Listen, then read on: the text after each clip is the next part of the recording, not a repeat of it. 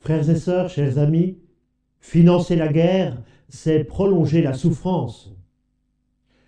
L'Europe s'apprête à débloquer 20 milliards d'euros pour financer la guerre en Ukraine. Elle en a déjà dépensé beaucoup, elle en dépensera peut-être encore. Un tel choix ne peut qu'interroger.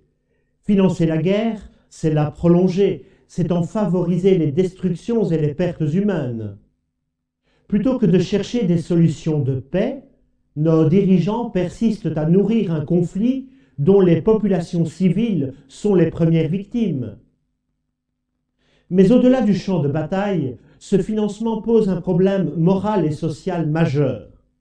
Alors que tant de nos concitoyens vivent dans la précarité, que nos services publics sont en souffrance et que l'inflation pèse sur les familles, comment justifier une telle dépense? La justice et la charité nous enseignent que l'on doit d'abord prendre soin de son prochain, de celui qui vit à nos côtés.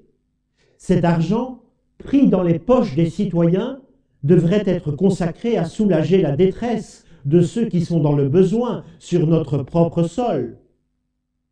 Loin d'apporter la paix, cette course à l'armement ne fait qu'ajouter à la misère et aux divisions du monde.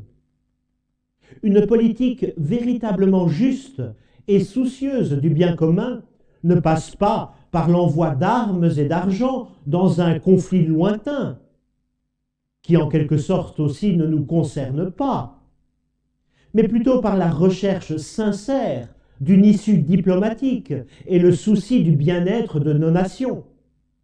Car la paix véritable ne se construit pas dans la violence, mais dans la justice et la miséricorde.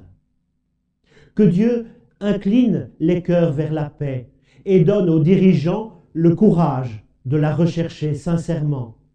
Ainsi soit-il.